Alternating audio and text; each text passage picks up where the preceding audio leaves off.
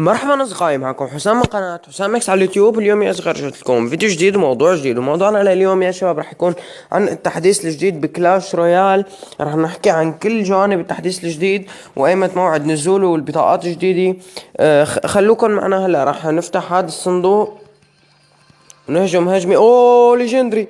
اوه يا رباه البرنسس، يا رباه البرنسس. يا الله يا شباب، حلقة من أول نارية، من أول ناري. يا الله يا الله. والله يا شباب ما كنت متوقع. 8 بس جبنا الصندوق الثامن. يا الله، بطاقة ليجندري يا شباب، والله خرافي. راح يصير فينا نلعب تشكيلة اللوج بيت بالفيديو الجاي. راح يكون عنا عن الصعود إلى 4000 كاس. راح نلعب تشكيلة اللوج بيت. انطروا الفيديو الجاي يا شباب. هلا راح نروح معكم لهجمة وحدة لايف، وبعدين بنفوت فورا على اخبار التحديث. ما بدي اطول عليكم كتير مشان هيك. والله يا شباب هذا الفيديو خرافي من اولته. بطاقة ليجندري ما كنت متوقع، مشان هيك كنت عم بفتح بسرعة. نرجع بالهوج والباتس. اوكي ممتاز. الهوج راح ياخد ضربة او ضربتين على البرج. حلو. هلا بنرجع بالبيبي دراجون من هون باللوج. طيب اوكي بالزاب. اوه راح ياخد دمج خرافي على البرج. راح ياخد البرج. طيب مو مشكلة. طبعا انت عارفوا هاي التشكيلة بنرجع فيها كل مرة من العدم، من الصفر. بس نحن تسرعنا اول شي بكب الهوج والباتس، مو مشكلة. رح ننتظره هلا لحتى يلعب هو وبعدين نلعب. ما فينا نكب اكسير على شي فاضي. ممتاز ميني بيكا. بيبي دراجون. والله يا شباب اوه باتس. لوج. انزل يا اللوج. حلو. نرجع بالهوج رايدر. ممتاز. اضرب على الهوج يا. يلا اوكي شباب، ما صار شي. الهوج اخذ 3 ضربات على البرج. حلو. نرجع بالميني بيكا.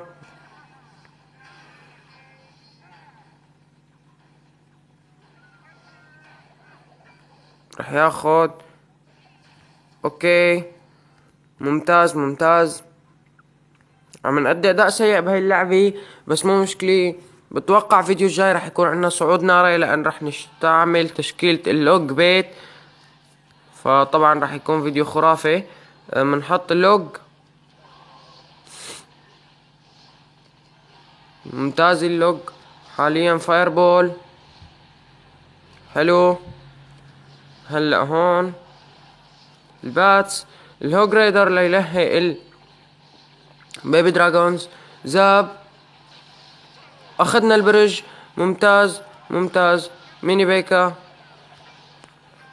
لوج هون مشان ما بقى ياخدوا الضربة. حلو. بيبي دراجون. ننصد هدول. فايربول. حلو. ما ممتاز ممتاز. فبنرجع بالباتس وبالجاينت. نرجع باللوج. صبناها بس راح واحد اخد دمج عادي. فهلأ بننتظره لحتى بده يروح اكسير، ونحن بنهجم له بهجمة مضادة بالهوج. اوكي ما فينا ما روح كتير اكسير غلط. ما غلط بهالحركة. نرجع بالباتس بالزاب. والله حركة حلوة. بنرجع من هون بالجاينت. بالهوج. بالهوج ريدر. بنرجع باللوج وبالباتس. ويلا يا شباب رح ناخد البرج البرج البرج. ويا رباه يا شباب، كمان فيديو خرافي من اولته. يا الله، بطاقة ليجندري وربح بتاجين باخر ثواني. يا الله. يلا يا شباب بنروح هلا فورا على فيديو. بدون اي طولة سيري بنفوت معكم مباشرة على التحديث. عنا هلا تحديث البالانس او الموازنة بين البطاقات اللي جاي ب 12 او 11 الشهر.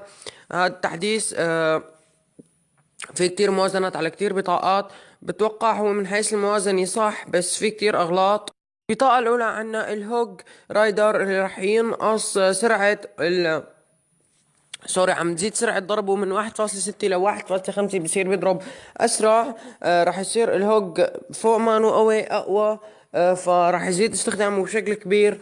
عنا هلا البطاقة الثانية اللي هي النايت أو الفارس، رح تزيد كمان سرعة ضربه من 1.2 ل 1.1. كمان الفارس بطاقة كتير مستخدمة ورح يزيد استخدامها بسبب هاد.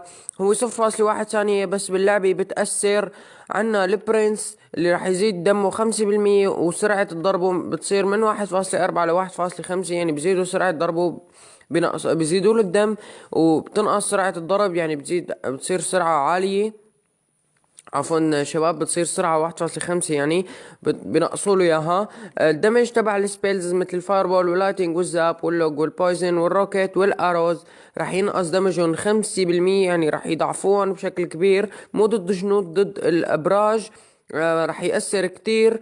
عنا الايس جوليم، الدمج تبعه وقتها بيموت راح يصير 1 ثانية. كان 2 ثانية من قبل يبطئ جنود، صار 1 ثانية مشان يضعفوا الايس جوليم شوي. ما بتوقع هاد صح، لانه الايس جوليم ما كتير مستخدم وما لازم يضعفوه لانه هو ضعيف بالاصل. عنا السكيلتون بارل، صار وقتها بتوقع السكيلتون بارل مو بس بتنزل سكيلتونز بس، وبتعطي دمج على البرج كمان. رح تصير بطاقة ماشي حاليا يعني على القليل، بتزيد نسبة استخدامها 2% أو هيك شي. رح يصير في لاعبين تستخدمها لأنه شي توقع، بتعطي دمج على البرج، رح تكون أحيانا حاسمة. المهم يا شباب، عنا الجاينت سكيلتون أو سكيلتون العملاق رح يزيد دمه 5%. لأنه ما حدا عم يستخدمه كتير، بس الشركة عم تحاول توازن بين كل البطاقات، فمشان هيك عم تزيد لجاينت سكيلتون دم 5%. ممتاز. اللي عنا الجاردز رح يزيد دمجهم 5%، ودمهم 5%. وسرعة الضرب رح تصير 1.1 من 1.2، فمقوايين الجارد رح يعملوا لهم باف كتير قوية. المهم عنا الجوبلينز اخوانهم الجوبلين ناقص دمج 6%. وعنا كمان البطاقات التانية هيك شوية تحديثات خفيفة ونضيف عليها دمج وهيك شغلات.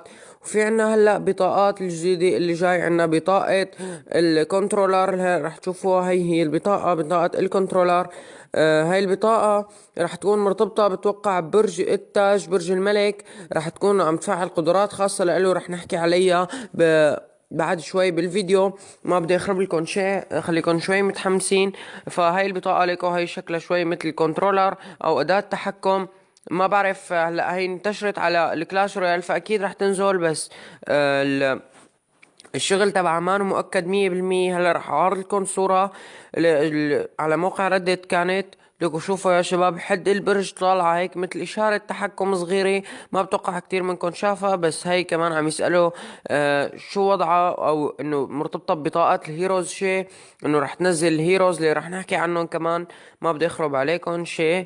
المهم هلا هي البطاقة تقريبا خلصنا منها، بس رح نحكي عنه شوي لكو شكلها شوي عادي. بس الكلاش رويال مثل ما بتعرفوا دائما لازم تنزل بطاقات جديدة مشان تحمس اللاعبين، ولازم تعمل هيك بهورة شوي وفشخرة مشان اللاعبين تصير انه بدها تلعب اللعبة تنطر التحديث. فهون هدول اللي بنعرفهم عنا البالانس ابديت. وهي البطاقات اللي جاي عنا. البطاقة اللي بعدها اللي راح تكون الطابات، هلا راح تشوفوها قدامكم. الطابات هي ما عرفنا تماما شو شغلها، بس بنتوقع راح تكون يا سبيل يا اما طلقات لشي جندي. سبيل ممكن تكون انه منكبها مثل اللوج بس بتعرقل مشي البطاقات مشان تبطئ الهجمات. ممكن تكون بطاقة حاسمة. هلا رح نعرض لكم كمان انه البطاقات الجديدة، الماسكتير اللي معه البندقية المضاعفة، والتسلا كارت أو عربة التسلا، أو حتى عربة السباركي مثل ما أتوقع أغلب اللاعبين هيك فوقه. ليكو يا شباب هاد شكله والله بيضحك. ليكو كيف هيك مغمض عيونه ومدري كيف. المهم هي نزلت كمان صورة وانتشرت على مواقع التواصل الاجتماعي كتير. ليكو عنا هدول البطاقتين التسلا كارت والهاد، عنا شوي اعلان بسيط عليهم هلا رح نورجيكم اياه. مثل ما بتعرفوا دائما وقت يكون عنا تحديث نحن بنحط مثل عرض. شباب بجوز انتم ما حضرتوا الفيديوهات اللي قبل اللي كنت عاملة عن تحديثات، لان انا حذفتهم لهدول الفيديوهات. هلا ما بهم، نرجع لاخبار التحديث. ليكو يا شباب هدول البطاقات حاطين لتحت بلاي ويز باورفul نيو كاردز عاد على موقع اللعبة انه العب بطاقات الجديدة القوية، وهون كلاش رويال، وهون هاد الماسكتير متوقع رح يكون مرتبط بجيش الماسكتير او هيك شيء، انه يكون ماسكتير لحاله بس له بندقية مضاعفة. المهم يا شباب هلا بدنا ننتقل لاعلان البسيط تبع التسلا كارت. عملته قناة دائما بتعمل اعلانات للبطاقات اسمها كلاش تشامب يوتيوب. فالمهم ليكو حاطين انه سعرها 4، وحاطين انه هي مثل عم يورجونا دمج التسلا ودمج الكانون كارت ودمجيت بيناتهم لحتى تصير البطاقة. ليكو يا شباب عم يقولونا اذا بتعتقد انه التسلا زبالة فضف لها عجلات وشوفوا كيف بتصير. عم يعملوا لنا انه التسلا كارت، فهي عم يعملوا لنا انه بطاقة او بي يعني كتير قوية وراح تأثر كتير بمجرى اللعبة. المهم يا شباب هلا هذا هو كان الاعلان البسيط اللي بتعمله دائما. المهم هي هن البطاقات. هلا بنروح معكم لموقع ريدت الصيني اللي بينشر دائما كل اخبار التحديث اول باول، ورح نشرح لكم عن الخاصيات البسيطة اللي ضايفينها على موقع ريدت الصيني. طبعا مثل ما بتعرفوا الصين بالشرق فبتوصلها اخبار قبل دائما قبل امريكا وقبلنا نحنا حتى. فهلا رح اقرا لكم الاخبار، رح ترجم لكم عن الموقع. الموقع هذا الريدت. المهم عنا اول شيء سكنات للتور، يعني مثل بتعدل على التور تبعك بتضيف له شكل ولون وهيك شغلات. عنا نوع جديد من البطاقات اسمها الهيروز، هي اللي بتجي بعد الليجندري، فراح يصير ترتيب البطاقات كمان رير ايبك ليجندري والهيرو. هي راح يكون ماكس ليفل 3 بتجي دائما بعد الليجندري. راح يتوفر من الارينا 11، يعني الارينا اللي عندها 3800 كأس. المهم هي بطاقة ممتازة رح تكون إضافة حلوة للعبة. رح تكون بعد الليجندري ومرتبطة هلا بشغلة رح نحكيها بعد شوي. وأعداد البطاقات بصندوق الليجندري رح تتغير بظرف إنه رح يضيفوا نوع جديد من البطاقات، رح يصير فيها بين 2 و4 بطاقات ليجندري. رح تصير بطاقة ليجندري مثل بطاقة الإيبك بعد ما ضافوا الليجندري. وهيك يا شباب كل ما ضافوا مستوى جديد رح ترجع البطاقات اللي قبلها لمستوى تصير عادية. المهم اعلى مستوى للبطاقات رح يصير الكومن 13، الرير 11، الايبك 8، الليجندري 5، والهيرو هاي البطاقة جديدة هي 3.